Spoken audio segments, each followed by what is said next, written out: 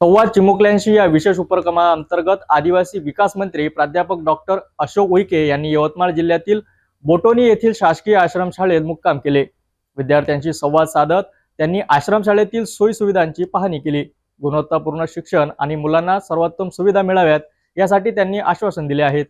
संवाद चिमुकल्यांशी या अभियानाअंतर्गत आदिवासी विकास मंत्री प्राध्यापक डॉक्टर अशोक उईके यांनी थेट आश्रमशाळेत राहून विद्यार्थ्यांशी संवाद साधला। यावेळी त्यांनी आश्रमशाळेतील भोजन, निवास व्यवस्था, शिक्षणाची सुविधा यांची पाहणी करत सुधारणा करण्याच्या सूचना दिल्या।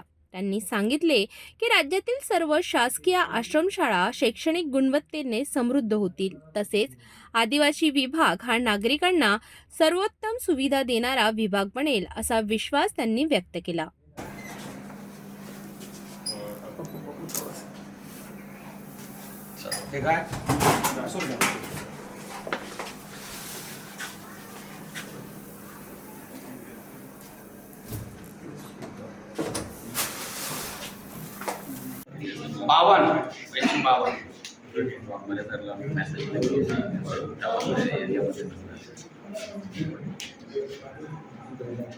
तुम्ही दिसता का?